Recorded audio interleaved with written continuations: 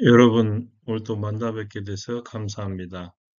강성율 문학TV 제35화는 비단 찍기와 거짓 봉화를 즐긴 마녀 포사입니다.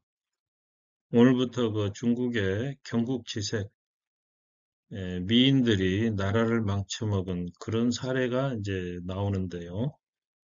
유황이 포사에 치마폭에 쌓여서 이렇게 거짓 봉화까지 올리면서 이제 결국에 나라를 망해먹었다. 자, 이런 얘기인데요.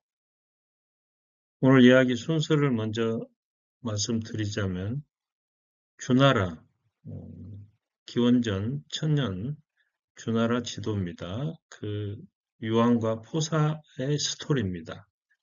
두 마리의 용이 나오고 도마뱀, 그리고 전세가인 포사가 이렇게 나오는데요. 이 포사가 이제 유황에게 바쳐집니다. 그런데 포사에게는 이상한 취미가 있었어요. 비단 찢는 거, 거짓봉화 올리는 거. 그렇게 해서 어떻게 해서 나라가 망하게 되는가. 자, 그런 스토리입니다.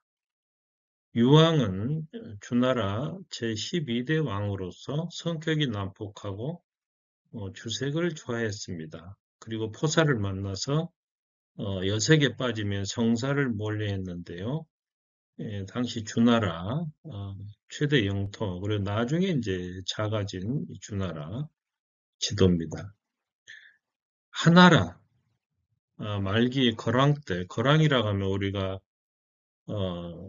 몇 주 전에 봤는데요. 폭군의 대명사이고 마리가 등장해서 나라를 말아먹은 그런 폭군이고, 또 거란과 자주 비견되는 왕이 주왕이죠. 주왕은 이제 달기라고 하는 요녀 때문에 나라를 망쳐먹었죠.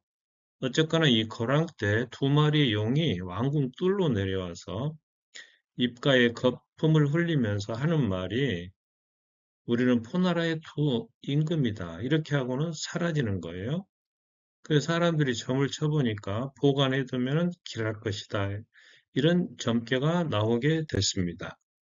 거랑은 그 거품을 황금 그릇에 받아서 상자 속에 보관했는데 그 후에 세월이 흘러서 주나라 여왕 때 사람들이 그 상자를 열어보자 용의 거품이 나오면서 아주 고약한 냄새가 나는 거예요. 여기는 이제 주나라 여왕 때 이제 잔인하고 폭압적이어서 이제 역시 나라를 망해먹었다. 이제 이런 얘기인데, 그러자 한 신하가 더러운 것에는 지저분한 것으로 대항하는 것이 옳습니다 해서 월경하는 여인들 500명을 발가벗겨서 용의 거품 앞에서 소리를 지르게 하자 이 용의 거품이 한 마리 도마뱀으로 변해서 도망치기 시작하는 거예요. 그러다가 월경을 하지 않는 한 궁녀를 발견하고 이 어린 궁녀의 몸속으로 쏙 들어간 겁니다. 그래서 40년의 여자아이가 태어났는데 아이를 낳은 궁녀는 주변의 시선을 의식해서 아이를 요람에 태워서 강물에 띄워버립니다.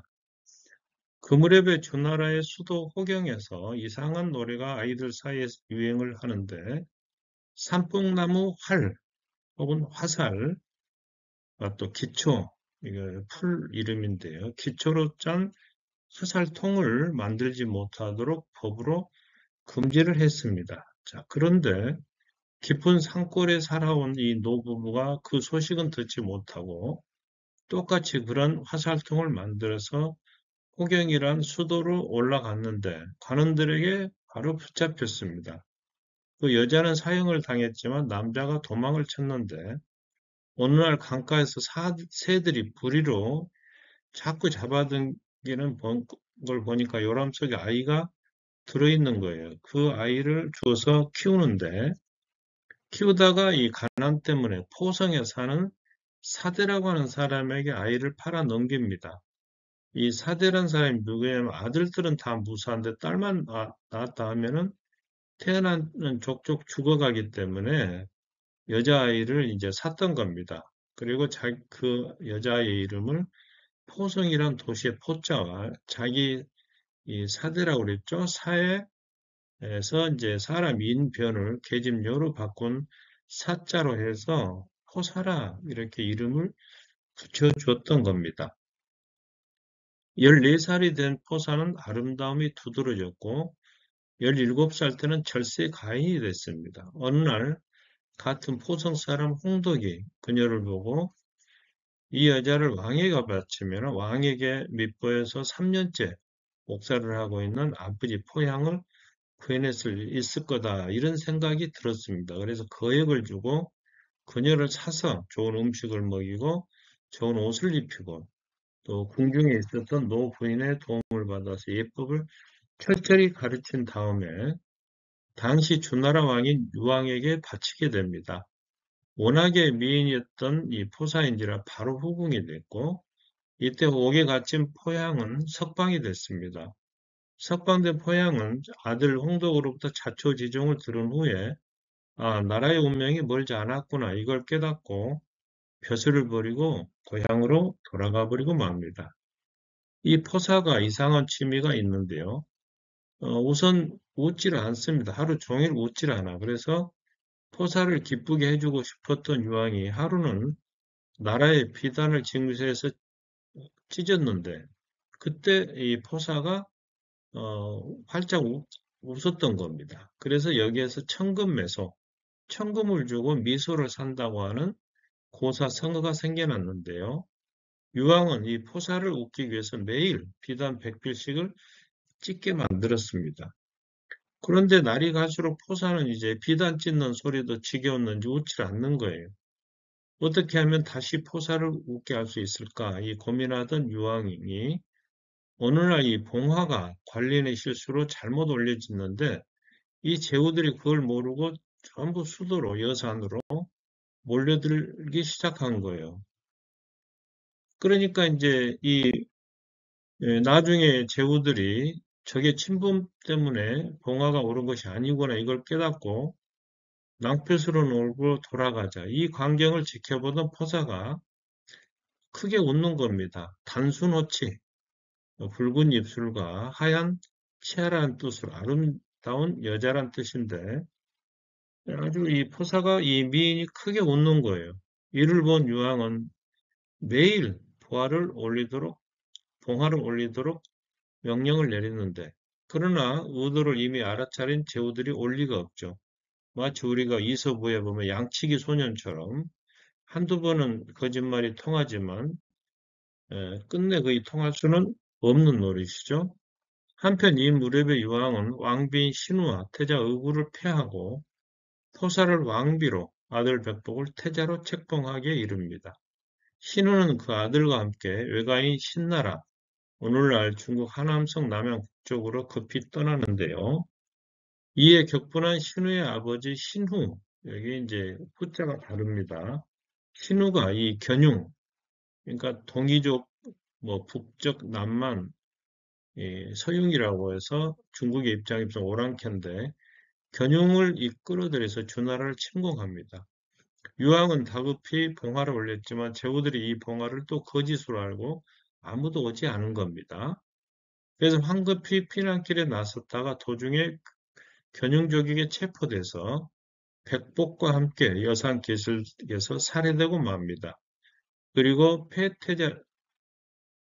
폐서인 됐던 유구가 태자로 복위해서 나중에 평왕에 오르게 되는 겁니다.